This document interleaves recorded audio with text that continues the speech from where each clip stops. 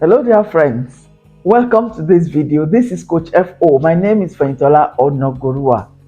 When I was age 13, my mother, God bless her soul, was diagnosed to have diabetes mellitus.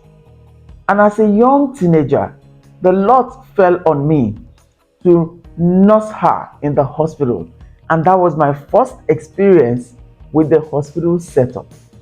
And before me, I saw my mother lost weight, and I saw her, her diet change. And the doctor will explain to me she cannot eat this, she have to eat this. She started drinking Lipton tea without milk, without sugar, and all of that. And I saw that she could no more eat bread and all those most other carbohydrates. I will have to start her more on protein, moi, beans, and those other things.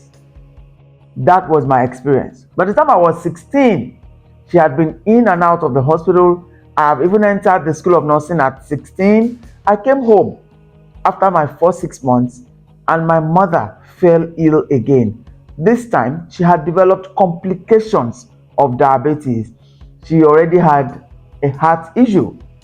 And 1 week in hospital with her again, she died in my hands. I was 16, she was 52. She had a cardiac arrest, heart failure, it is called. And so I lost my dear mother to complications of diabetes mellitus. So at 13, I got to know about diabetes. At 16, I experienced firsthand one of its complications. As we speak, diabetes is probably the most dangerous ailment because it is one ailment that affects every other organ and every part of the body. So today, this is November. We mark Diabetes World Day in November. And so today we'll be talking about diabetes mellitus. And what exactly is diabetes mellitus? Diabetes is when the sugar concentration in the blood is elevated. There's a normal reading, usually between 80 to 100, maybe sometimes 110. Once it goes up, then there's excess sugar in the blood. I tell you, because blood is supplied to every part of the body. Once there's sugar in the blood, every organ begins to feel the impact and the effect of diabetes. When we were growing up, it was middle-aged and elderly people that used to have diabetes. Today, we have a lot of young people with diabetes, and I will talk to you more about that because we have type 1 and we have the type 2. Now, the type 2 is lifestyle induced. The type 1 is the one you find in children. What's happening? What has gone wrong? Our lifestyle is definitely playing a very big role in these occurrences. So this is a disease of a high concentration of glucose, sugar in the blood. The World Health Organization defines diabetes this way. Diabetes mellitus is a state of chronic hyperglycemia. Don't worry about the word. Glycemia, anywhere you hear glycemia means sugar. Produced by various factors. 1, genetic. 2, nutritional. Genetic, nutritional. The insulin hormone secreted by the beta cells in the pancreas is the principal regulator of the blood sugar concentration. When this hormone is not produced efficiently, the blood sugar concentration rises, thus causing numerous maladies. The pancreas is a small organ in the body. It produces a hormone called insulin. Insulin works on breaking down the sugar in everything we eat. But when, 1, there's a reduction in the production of insulin, and 2, the effectiveness of the insulin hormone reduces, then excess sugar in the body seeps into the blood. And so we will say that person has hyperglycemia. That is excessive presence of sugar in the blood. So what are the causes There exists a high predisposition of inheriting diabetes. I tell you, when we're talking about inheritance, I've educated you on that. It's because we continued the lifestyle that gave our parents that same disease. Now, with so much awareness, if we adjust our lifestyle, we can escape that disease. I'll soon be 56 and I don't have diabetes. Why? I have converted the knowledge I've acquired over the years into my daily living style. And so I have removed myself from that path. What those small things you do today, they are leading you somewhere. Where will they lead you? That's the question we must ask ourselves. So, diabetes is also most times produced in obese people, and they can they can control with adequate regimen. In the diabetic, the pancreas doesn't function adequately, therefore it does not produce the quality and quantity of insulin required. Insulin is a hormone produced by the pancreas whose function is to help the glucose enter into the muscle cells, liver and adipose tissue and store it there as a reserve to be used later by the organs that don't have the ability to store it. That's what the insulin does. Glucose is the simplest form of sugar. So any sugar we have taken from polysaccharides and disaccharides are broken down to the simple glucose that the cells can use. So it has to be stored to be made available. That's why even though you have not eaten all day, your body has energy, because that stored glucose is being broken down to give you energy. When the glucose is not able to enter into the cell tissues, it produces a great concentration of it in the blood. That's the main cause. Therefore, these tissues don't have a sufficient amount of energy to function correctly. This produces weakness in the person. Even though he has enough glucose in the blood, it isn't used adequately. I hope you understand me. What are some of the signs and symptoms of diabetes mellitus? It's evidenced by an exaggerated need to urinate. You know why? Your body needs to get rid of the excess sugar as much as possible. The body does not want that. So the excess sugar must be expelled.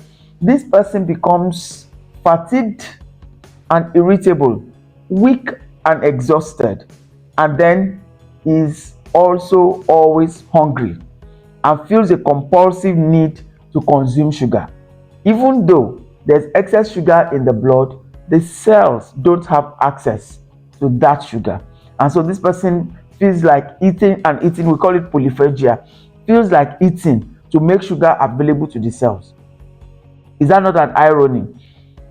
So, glucosuria, that's when there is excess sugar concentration in the urine. It cannot be filtered by the kidneys because it's too much.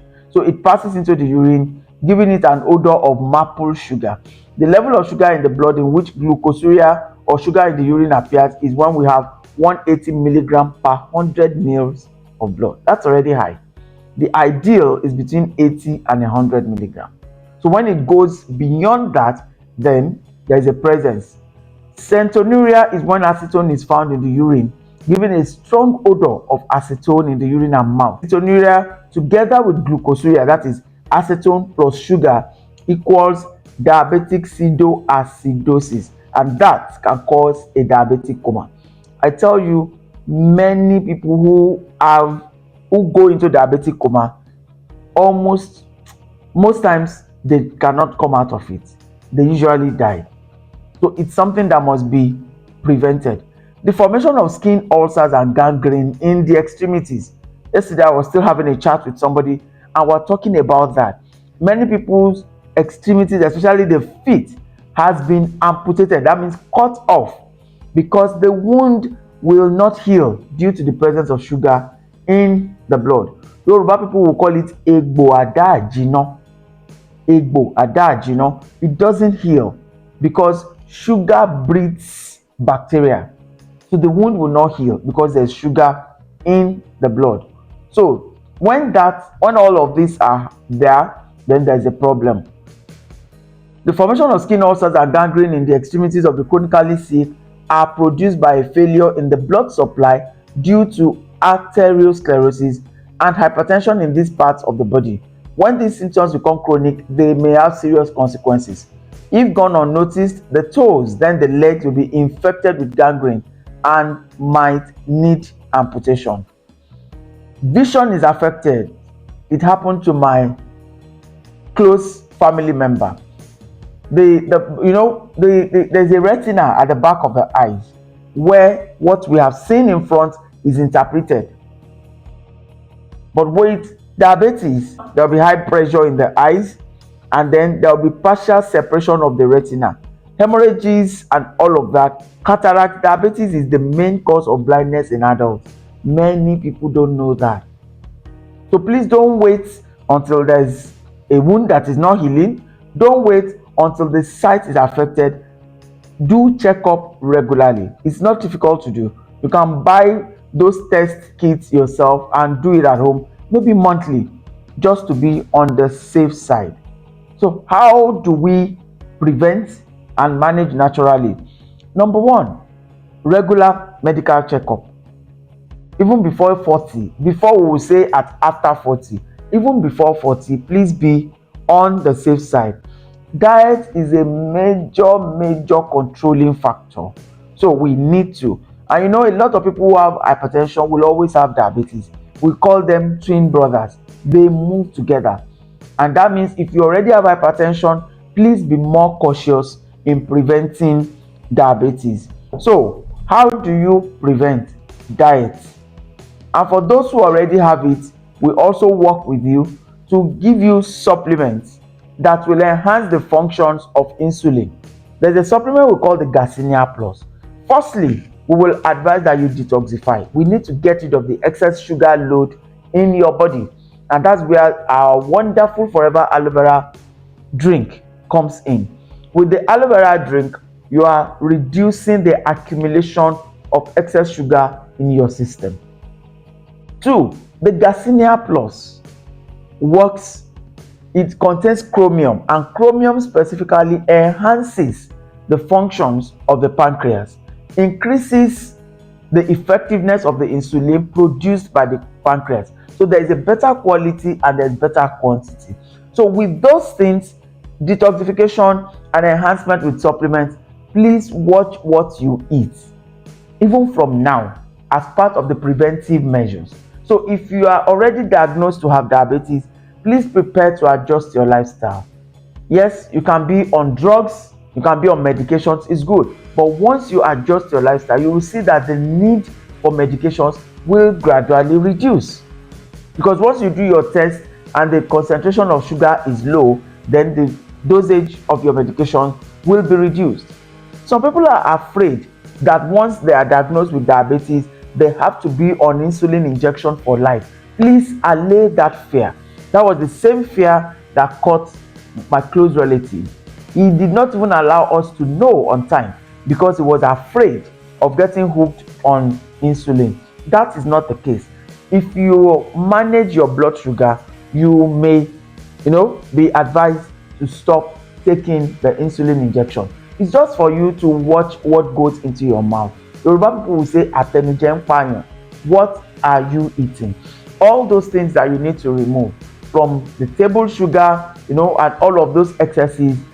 A lot of processed foods have been preserved or sweetened with sugar and chemical preservatives and colorings. We need to adjust all of that. If you would like to know more, please reach out to me, leave a message on my DM, and we will talk to you. We offer free personalized coaching, and we will hold you by the hand to prevent diabetes and to manage it.